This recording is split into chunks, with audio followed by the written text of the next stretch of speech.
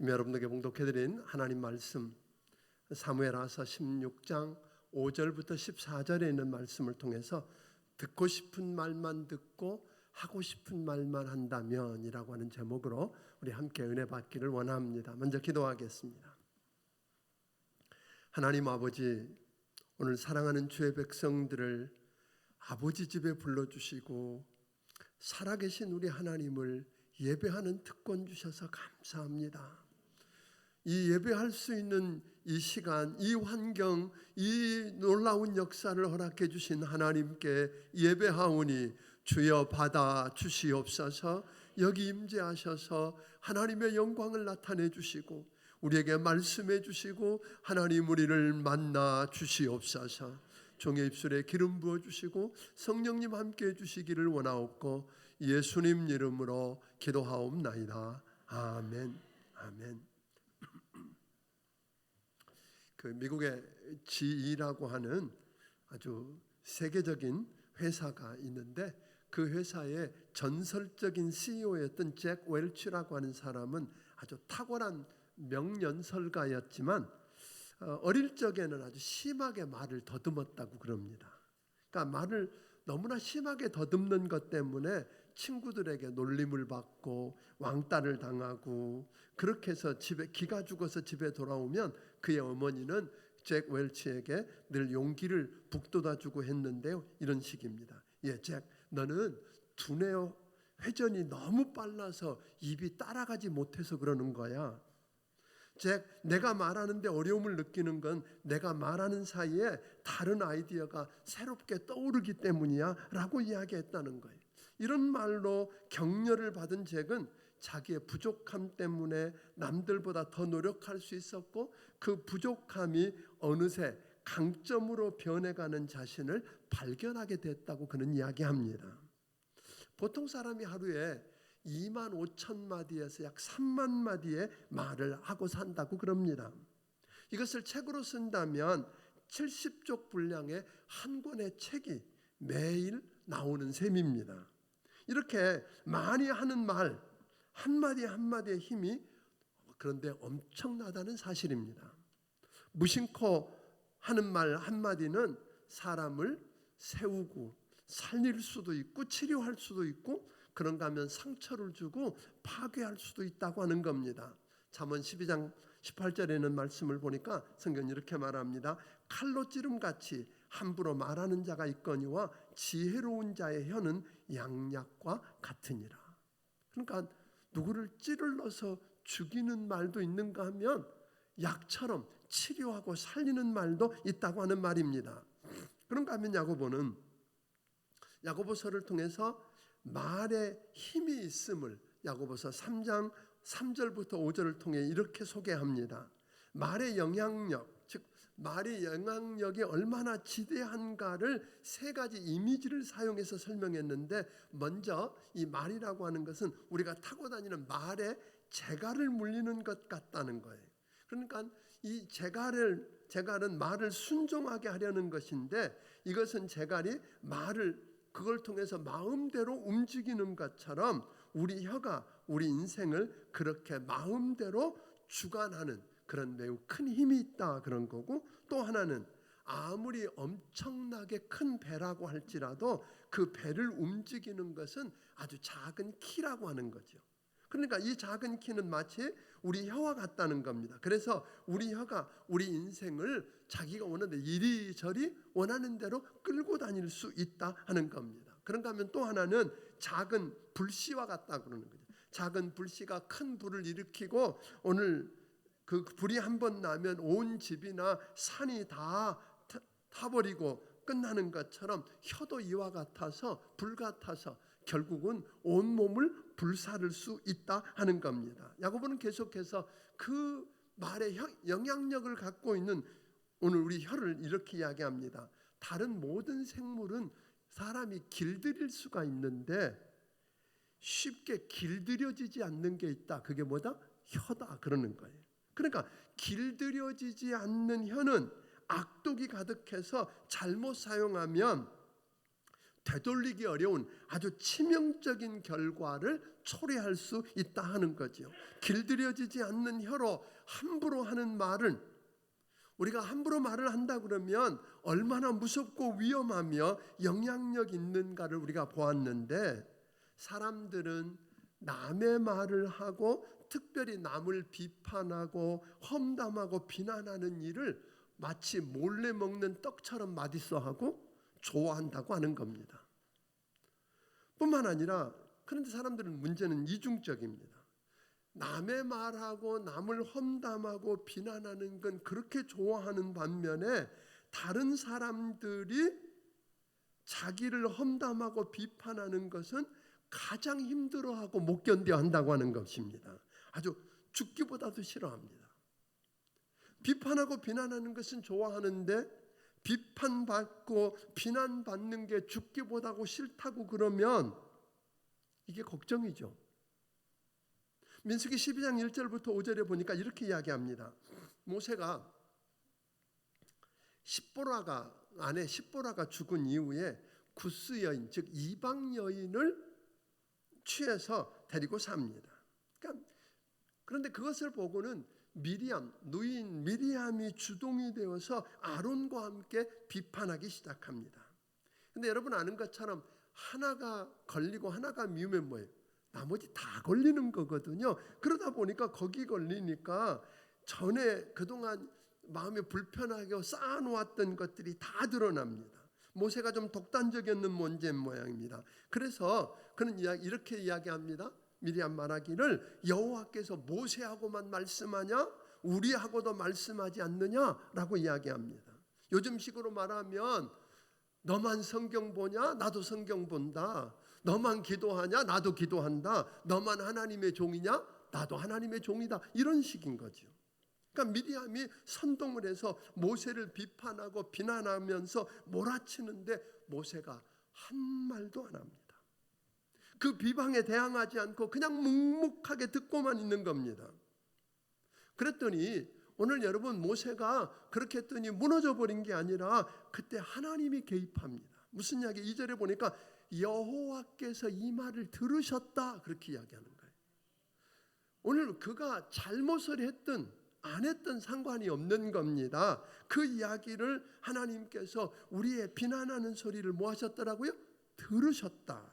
다 듣고 계신 하나님께서 3절에 보니까 이 사람 모세는 모든 지면에, 온유함이 모든 지면에 있는 사람보다 더하더라. 하나님이 그의 온유함을 인정합니다. 오래 참고 있는 모습을 보고.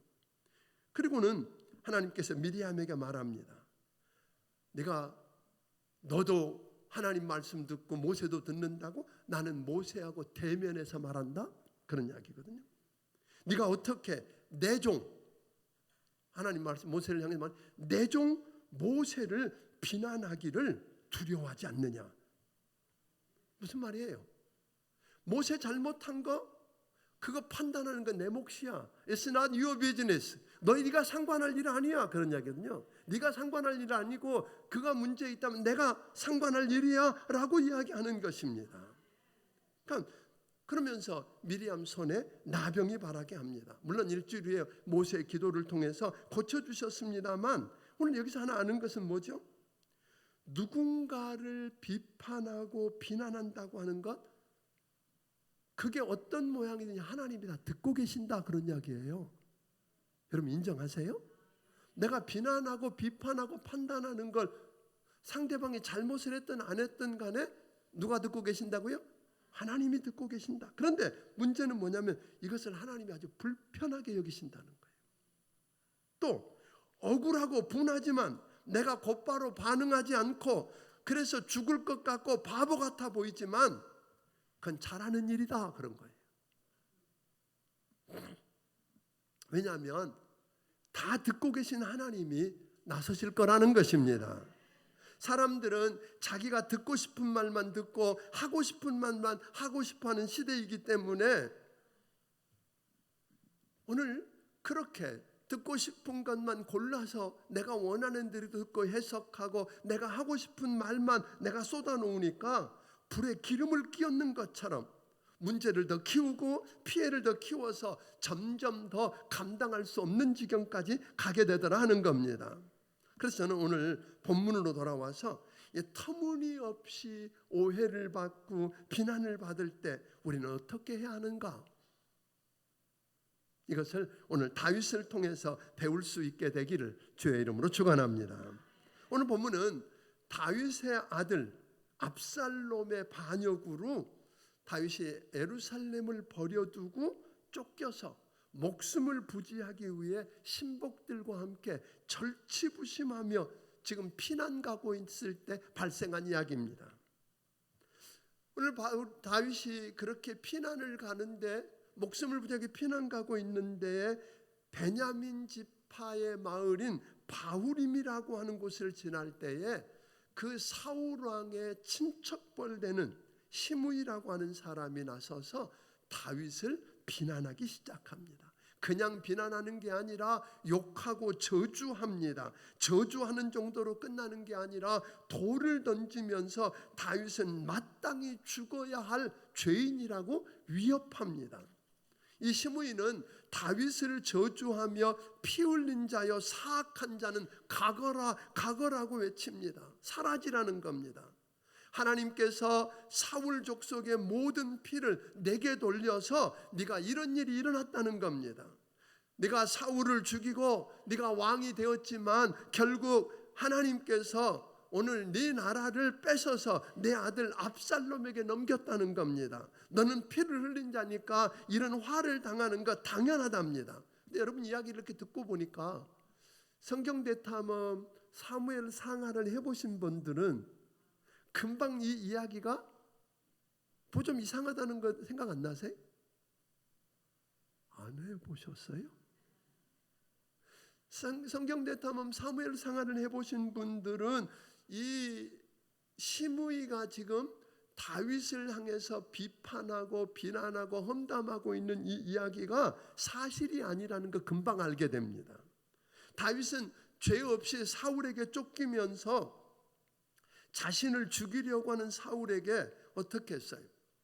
그렇게 쫓겨다니면서도 오히려 엔게디와 십광야에서 2번씩이나 결정적으로 자기를 죽이려는 사울을 죽일 수 있는 기회가 있었어요. 자기 손에 피 안 묻히고도 얼마든지 죽일 수 있었고 명분이 있었는데 죽이지 않습니다. 오히려 그는 말합니다. 하나님께서 기름 부어 세운 종을 내 손으로 손댈 수 없다고 이야기합니다. 그리고 놓아주지요.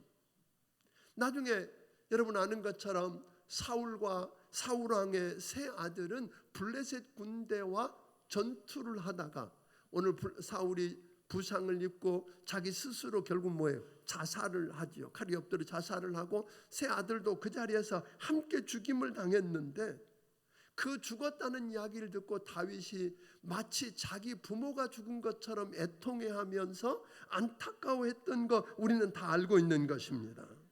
또 사울의 손자 즉 요나단의 아들인 장애인이었던 두 발을 못 쓰는 장애인이었던 무비보셋을 오늘 그에게 오히려 그가 반역을 일으키면 문제가 될 텐데 그에게 할아버지 사울 왕의 모든 토지를 다 주고 왕의 식탁에서 함께 먹는 왕자처럼 대우해주는 은혜를 베풀어 주었던 사람입니다. 그런데 사람들은 보통 일반적으로 일어난 일들을 여기도 그랬을 거라고 단정하는 겁니다. 분명히 다윗이 온갖 꼼수를 다 부려서 사울의 집을 몰락시키고 왕권을 빼앗았을 거라고 생각하는 겁니다. 사울 집안에 피를 흘린 주범으로 오늘 다윗을 지목하고 악담하고 저주를 퍼부었으니까 여러분 다윗 입장에서는 억울해요? 안 억울해요? 억울한 겁니다. 터무니없는 거짓말입니다. 오해입니다. 그런 오해를 받으면서 욕을 먹고 있고 그냥 욕하는 게 아니라 돌을 던지면서 마치 돌로 쳐서 죽여야 할 흉악한 죄인으로 다루고 있는 그 시므이. 그렇다고 시므이가 힘도 없으니까 자기가 여전히 왕이니까 명령만 하면 자기 밑에 있는 아비새 같은 장군을 통해서 스스로 가겠다 그러는데 얼마든지 죽여서 그 입을 막고 할 수 있는 힘이 있는데, 오늘 여러분 이 온갖 비난과 비판과 판단, 모욕과 저주를 고스란히 올곧게 다 받으면서 내버려 두랍니다. 여러분, 묻고 싶습니다. 여러분이 아무 잘못도 없는데 어떤 상대방이 오해하고 여러분을 향해서 비난하고 험담을 하고 여러분을 저주하고 여러분을 모해하려고 한다면 여러분 어찌하시겠습니까? 더군다나 오늘 여러분이 그의 입을 막을 수 있고 그를 꼼짝 못하게 할 수 있는 힘이 있다면 여러분은 어찌하시겠습니까? 가만히 있으시겠습니까? 아무 반응이 없는 걸 보니까 이렇게 물어볼까요?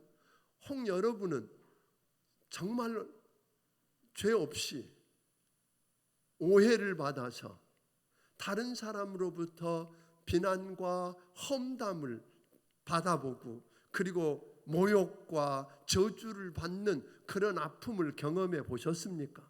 그래서 마음이 새카맣게 타본 경험이 있습니까? 없으세요?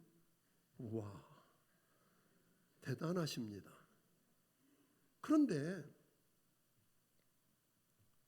여러분, 다윗은요 그렇게 비난하는 사람을 내버려 두랍니다. 우리는 보통 그렇게 들으면 감당 못하지요. 그래서 금방 반응을 하게 됩니다. 화를 내고 반응을 해서 어떻게든지 싸우다가 둘이 다 진흙탕에 빠지고 맙니다. 그런데 다윗은 온갖 비난과 오늘 비판과 모욕과 저주를 감당하는 법을 배웠습니다. 비난하고 비판하는 사람들 말을 듣고 흥분해서 맞대응해서 결국 그 사람과 함께 진흙탕에 빠질 수밖에 없다고 하는 것을 다윗은 알았어요. 그래서 다윗은 가던 길을 멈추고 흥분해서 그 사람과 말씨름을 했다든지 그를 죽이고 입을 다물게 만들었다고 말하지 않습니다. 너는 떠들어라 하면서 가는 길을 여전히 갑니다. 그러니까 시므이가 오히려 쫓아오면서까지 지금 흙을 날리고 돌을 던지면서 비난했다고 이야기합니다. 사랑하는 여러분, 묻고 싶습니다. 그러면 우리는 비난과 비판이 없는 세상에 살 수 있을까요? 이 동네 사람들만 이상해서 비판하고 험담하고 오늘 여러분들을 비방하고 모욕합니까? 어느 날 어떤 아버지가 자기 아들이 나가면 사람들이 자기를 욕한다는 거예요. 비판하고 판단해서 그게 무서워서 집 밖을 안 나가겠다고 꼼짝도 안 하고 있는 두문불출하는 아들을 데리고 오늘 나하고 같이 시장에 가자고, 우리 나귀를 끌고 시장 갔다 오자. 그래서 아이를 설득해서 아들과 함께 나귀를 끌고 갑니다. 나귀를 끌고 시장을 가는데 그걸 지켜보는 사람들이 손가락질을 하며 비웃습니다. 아유, 저런 바보들, 나귀를 끌고 가네? 타고 가면 좋을 텐데. 그래서 아버지가 아들을 태우고 갑니다. 그랬더니 아들을 태우고 가서 조금 가니까 다른 사람들이 뭐라 그래? 아니, 저런 불효자식, 젊은 놈이 나귀 타고 늙은 아버지 걷게 해? 그래서 이번에는 바꿔 탔습니다. 아버지가 타고 아들이 고 갔더니 아, 이거 몰인정한 사람, 젊은 애는, 어린 애는 걷게 하고 자기는 그래 타고 간 좋다. 그래서 할 수 없이 이번엔 둘이 같이 탔습니다. 그랬더니 뭐라 그래 사람들이? 아이고, 저는 아무리 짐승이라고 저렇게 무거운 사람 둘이나 타면 어떡해? 그래서 둘이 내려서 이번엔 나귀를 메고 갔습니다. 여러분 다 들어본 이야기잖아요. 초등학교 교과서에 나오는 이야기 아니에요? 그랬더니 뭐라 그러세요? 또 바보라 그러잖아요. 아니, 나귀를 모시고 가? 어떤 일을 해도, 어떻게 해도 세상은 우리를 비난하려고 하는 겁니다. 비판하고 판단하려고 합니다. 여러분, 어쩌라는 말입니까? 우리가 비판 없는 세상에 살 수 없다고 한다면 여러분, 그렇다면 우리는 어떻게 해야 되느냐는 거예요. 이 세상이 어쩔 수 없이 비판과 판단을 하면서 그렇게 살 수밖에 없는 세상이라고 한다면 여러분, 비난과 비판을 감당할 각오를 하기를 주의 이름으로 축원합니다. 그거 받을 각오를 하세요. 그건 당연한 거다. 그리고 감당할 맷집을 좀 키우기를 바랍니다. 여러분 권투 잘하는 사람이요, 이거 주먹으로 잘 펀치만 잘 날리는 사람이 권투 잘하는 선수 아니에요. 뭐예요? 몇 대 얻어맞아도 뭐예요? 끄떡없이 맷집이 좋아야 돼요. 누구를 상대를 때리려고 그러면 나도 맞게 돼 있고, 그러고 나서 때려서 넉다운을 시키는 거지, 나는 한 대도 안 맞고 때린다? 그런 일 없습니다.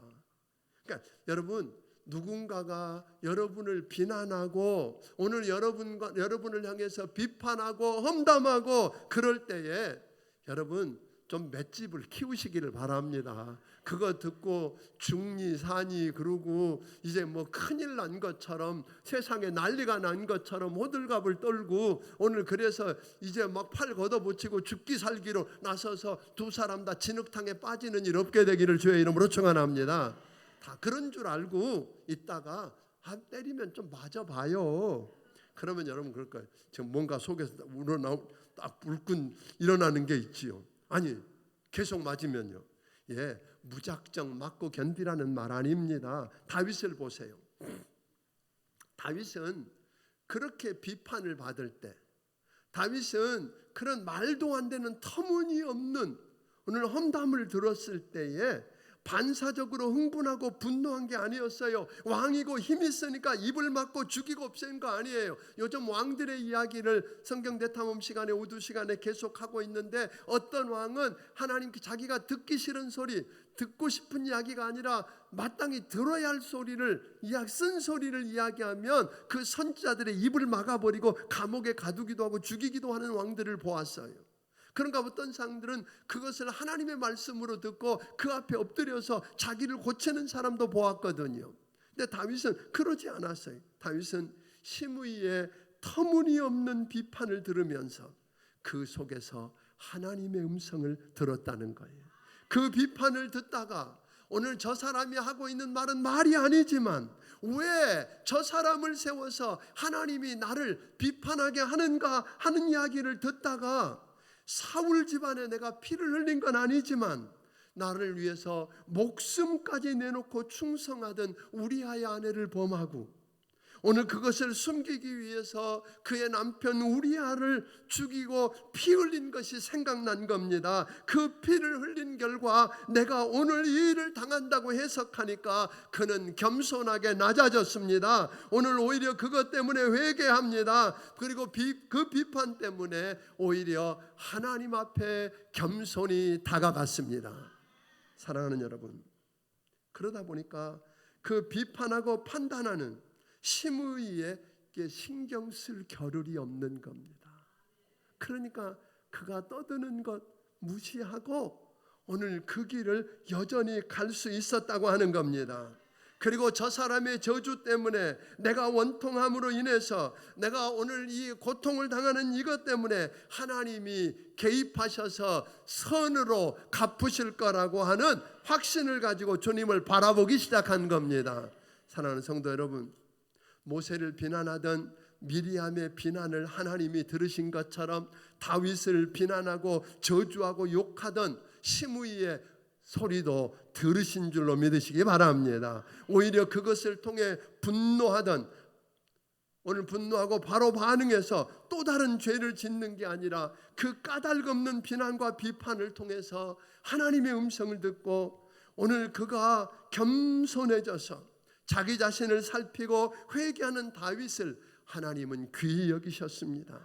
그래서 오늘 왕에서 쫓겨서 끝날 수밖에 없는 그 상황에서 하나님이 개입하셔서 일하셔서 회복시켜주는 기적을 체험한 줄로 믿으시기를 주의 이름으로 축원합니다. 사탄이 노리는 게 뭔 줄 아세요? 비난이나 비판을 들을 때 주눅이 들고 할 일 못하고 주저앉게 만드는 것입니다. 누군가가 여러분을 비판하고 터무니없는 말로 판단하고 험담하고 모해하면 주눅이 들어서 더 이상 그 일을 못하고 오늘 그만 그것에 마음 아파하고 끙끙거리면서 내가 왜 이런 일을 당해야 되느냐고 넉아웃돼서 무너지는 그것, 오늘 여러분 마귀가 원하는 것입니다. 그래서 다윗은 골리앗과 싸우러 갈 때, 전쟁하러 갈 때 보세요. 그랬더니 누가 나섰느냐면 제일 먼저 다윗의 길을 막은 사람이 누구예요? 큰형 엘리압이에요. 나서서 뭐는 너 전쟁 구경하러 와서 괜히 공명심에 들때갖고 쓸데없는 짓 한다고 막 비난하고 비판합니다. 그때 다윗이 얼마든지 형을 붙들고 그게 아니라고 싸우고 다투고 거기서 끝낼 시간을 보낼 수 있었는데, 그랬더라면 그는 골리앗과 싸울 기회도 얻지 못했을 것입니다. 형의 이야기는 놔두었습니다. 그는 하나님께서 그에게 주신 일에 집중할 수 있었습니다. 비판하고 비난하고 있는 사람이 아니라 하나님을 생각하고 그분의 일을 집중해서 나갔을 때 역사가 일어났다고 하는 것입니다. 우리는 이렇게 듣고 싶은 이야기만 들으려고 하면 이상한 소리를 듣게 됩니다. 여러분 잘 아는 것처럼 민수기에 보면 누가 등장하냐면 발람이라는 선지자가 등장합니다. 그 발람 선지자는 듣고 싶은 이야기만 듣고 싶어서 하다가, 여러분 나귀도 하나님의 음성을 듣고 나귀가 하나님의 천사를 보는데 그는 음성도 못 듣고 보지도 못하다가 죽을 위기를 경험하는 걸 여러분 보셨나요? 여러분 듣고 싶은 이야기만이 아니라, 우리 설교도 듣다 보면 어떤 사람은 어떤 이야기는 그거 우산 쓰고 그건 누구 김집사가 들어야 되는데 안 왔나? 오늘 설교 듣다가 어떤 분은 그러죠. 우리 남편이 들어야 되는데 우리 아내가 들어야. 아니요, 그런 이야기가 아니라 그 이야기를 내게 주시는 하나님의 음성으로 듣는 여러분들이 되기를 주의 이름으로 축원합니다. 아멘. 들어야 할 이야기로 들었습니다. 오늘 다윗은 그 비판과 판단과 험담 속에서 오늘 여러분 그의 이야기가 말도 안 되고 터무니없는 이야기지만 그 이야기를 통해서 왜 하나님이 저 험담을 허락하시고 왜 그를 통해서 말씀하시는지 그 의미들을 바라보고 하나님의 음성을 들었다는 거 아니에요? 그래서 자기가 지은 죄를 회개하게 되고 다시 한번 일어섰더니 하나님이 회복시키더라 하는 것입니다. 그렇다 그러면 이제는 우리는 어떤 말을 해야 할 건가 하는 거예요. 우리는 하고 싶은 말, 우리는요 또 문제는 뭐냐면 내가 하고 싶은 말 다 해버리는 겁니다. 어떤 분은 그게 자랑처럼 이야기합니다. 나는 할 말은 다 한다고. 할 말 다 하고 사는 게 그 용기 있는 것도 아니고 잘하는 것도 아니라고 말합니다. 우리는 말하기 전에 옳은 말인지 그것이 사실인지 여러분 바른 말인지를 생각해 봐야 합니다. 기도해야 합니다. 비록 그 말이 옳은 말이고 그 말이 바른 말이고 사실일지라도 그 말이 여러분 경우에 합당한지, 이게 지금 말해야 되고 이게 덕이 되고 이게 유익이 되는지를 한 번쯤 생각해 보라는 것입니다. 그래서 잠언은 이야기합니다. 경우에 합당한 말은 아로새긴 은쟁반의 금사과 같다 그랬어요. 여러분 금사과만 있어도 대단한 건데 은쟁반만 해도 대단한 건데 아로새긴 아주 예쁘게 조각을 해놓은 은쟁반에다가 금사과 같은 그런 아름다운 모습이 뭐라고요? 경우에 합당한 말입니다. 그래서 오늘 여러분 말할 때에 무슨 말을 하더니 경우에 합당한 말이라도 사랑하는 마음을 넣어서 그 말을 하기를 바랍니다. 사랑으로 하기를 바랍니다. 사랑한다고 말하기를 바랍니다. 칭찬할 수 있었으면 좋겠어요. 세워주고 격려하는 말이었으면 좋겠어요. 아까 여러분들에게 이야기 처음에 서두에 이야기했던 잭 웰치 어머니의 이야기처럼 너는 말 더듬고 천천히 말하면 될 거 아니냐고, 말만 더듬는다고 야단을 쳐서 고치려고 한 게 아니라 너는 아이디어가 많고 생각이 너무 많아서 말이 못 따라가는 거라고, 괜찮다고. 여러분 얼마나 멋있어요. 얼마나 용기가 났을 거예요. 아멘. 할 수만 있으면 축복하는 말을 할 수 있게 되기를 주의 이름으로 축원합니다. 무엇보다 여러분 영혼을 살리고 구원하는 복음을 전하는 말을 좀 할 수 있기를 주의 이름으로 축원합니다. 우리가 어떤 말을 해도 사람을 살릴 수 없지만 여러분 복음을 전해서 여러분이 전한 복음 때문에 그 말 한마디 때문에 한 영혼이 주께로 돌아와 구원받고 지옥 가지 않고 천국 간다면 얼마나 좋을까요? 그래서 이 VIP 축제를 앞에 두고 복음을 전하는 여러분들이 되기를 주의 이름으로 축원합니다. 그런데 우리가 터무니없이 말도 안 되게 오해를 받고 비난을 당하고 판단을 받을 때에 여러분 말하기 어려우면 뭐 하면 좋아요? 침묵하는 겁니다. 침묵이라고 하는 게 얼마나 큰 축복인지. 어느 날 농아인 딸을 둔 어머니가 늘 마음에 딸을 볼 때마다 말도 못하고 듣지도 못하는 딸을 보면서 자기 때문이라고, 자기가 잘못해서 이 아이가 농아가 되었다고 늘 죄책감을 느끼고 사는 거예요. 그런데 이 딸아이가 어느 날 커서 수화를 통해서 어머니에게 그렇게 걱정하는, 자기 때문이라고 하는 죄책감 속에서 자기를 걱정하는 어머니에게 이런 이야기를 하는 거예요. 어머니, 저는 듣지 못하는 것 때문에 남들이 비난하고 오늘 비판하고 모함하는 소리 때문에 상처받을 일 없으니까 감사합니다. 그는 또 이야기합니다. 나는 말을 못하니까 내가 하고 싶은 말 함부로 던져서 상대방에게 상처 주지 않아도 되니까 감사합니다. 어머니, 내가 농아된 것 때문에 죄책감 느끼지 마세요. 나는 농아된 것을 인해 감사합니다. 여러분 어떠세요? 할 수 있으면 오늘 여러분들이 우리가 말하는 것, 듣고 싶은 거 들어야, 듣고 싶은 것만 듣는 게 아니라 들어야 할 이야기를 듣고, 하고 싶은 말만 다 해버리는 게 아니라 해야 할 말들을 해서 오늘 사람들을 살려내고 세워가는 여러분이 되기를 주의 이름으로 축원합니다. 오늘 예배 끝나고 이번 주간 가면 여러분 할 수만 있으면 이런 말 많이 쓰면 어떨까요? 감사합니다. 아멘. 사랑합니다.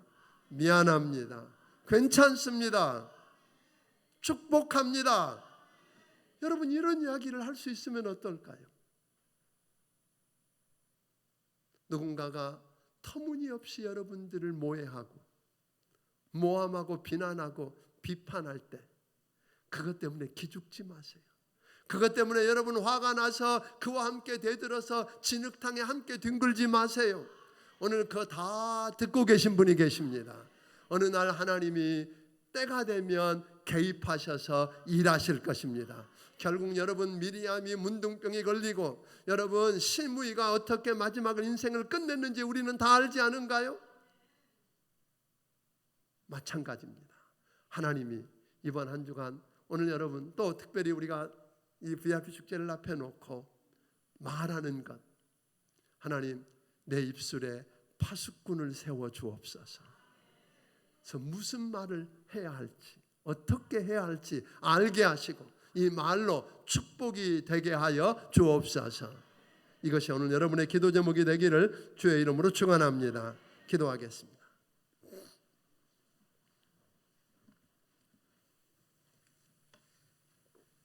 오늘 시간에 좀 함께 기도하고 싶습니다.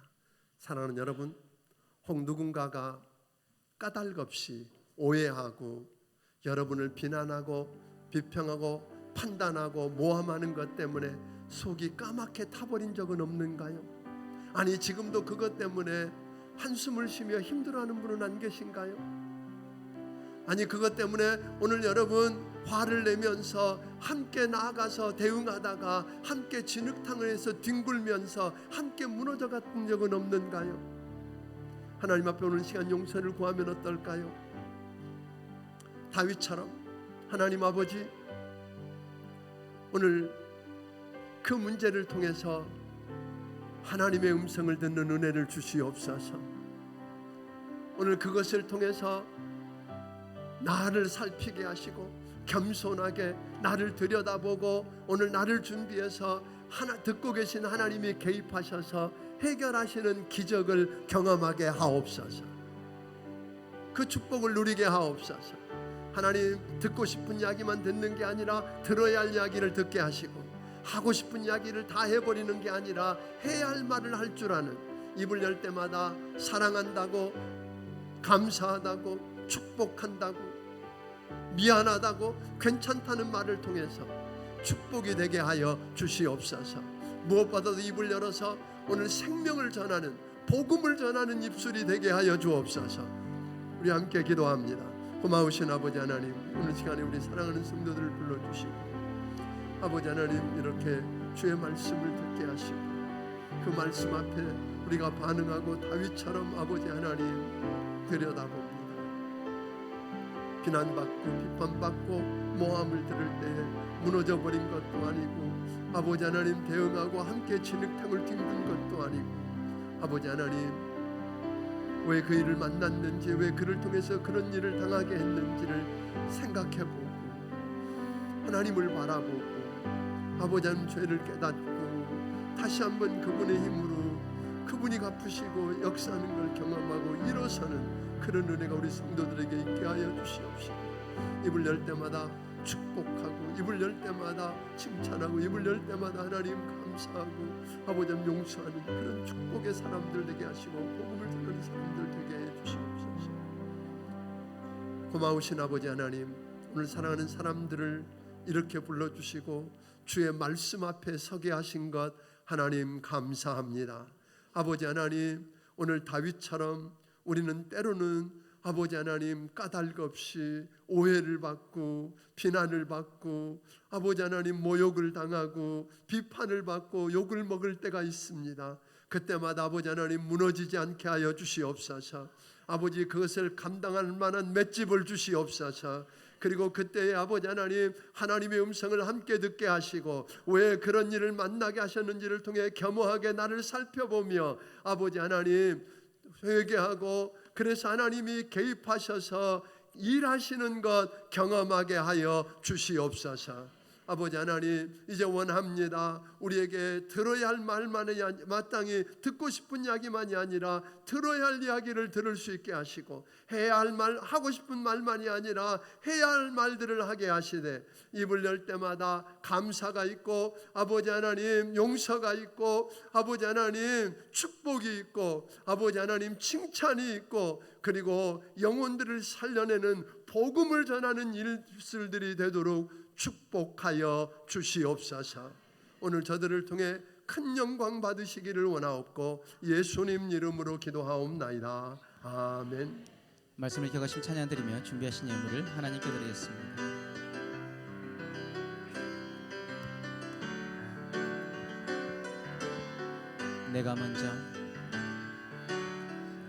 내가 먼저 손 내밀지 못하고 내가 먼저 용서하지 못하고 내가 먼저 웃음 주지 못하고 이렇게 머뭇거리고 있네. 그가 먼저 손 내밀기 원했고 그가 먼저 용서하길 원했고 그가 먼저 웃음 주길 원했네. 나는 어찌 된 사람인가. 오 간교한 나의 입술이여 오 더러운 나의 마음이여 왜 나의 입은 사랑을 말하면서 왜 나의 마음은 화해를 말하면서 왜 내가 먼저 젖을 수 없는가. 왜 내가 먼저 손해볼 수 없는가. 오늘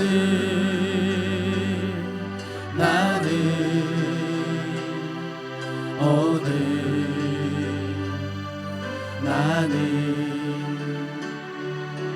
주님 앞에서 몸둘 바 모르고 이렇게 흐느끼며 서 있네. 어찌할 수 없는 이 맘을 주님께 맡긴 채로. 고마우신 아버지 하나님, 오늘 사랑하는 사람들이 우리가 듣는 모든 말들, 우리를 다 보고 계시고 듣고 계신 하나님이 우리 인생 속에 개입하셔서 친히 일하실 것을 믿고 그 은혜에 감사해서 하나님께서 주신 것 중에 귀한 예물들을 믿음으로 드렸습니다. 10의 1조를 드렸습니다. 감사의 물과 선견금과 주일원금과 여러 가지 모양의 정성들을 드렸사오니 주님 받아주시고 혹여 우리가 입술로 범죄했던 거 용서해 주시고 우리 입술을 통해서 하나님 영혼들이 살아나고 회복되어지는 기적을 보는 귀한 은혜로 우리를 써 주시옵소서. 이제는 우리 주 예수 그리스도의 크신 은혜와 하나님 아버지의 무한하신 사랑과 성령님의 감화 감동하시고 역사하시며 교통하심이 오늘 여기 머리 숙인 모든 심령들 위해 함께 해주시기를 예수님 이름으로 축원하옵나이다. 아멘.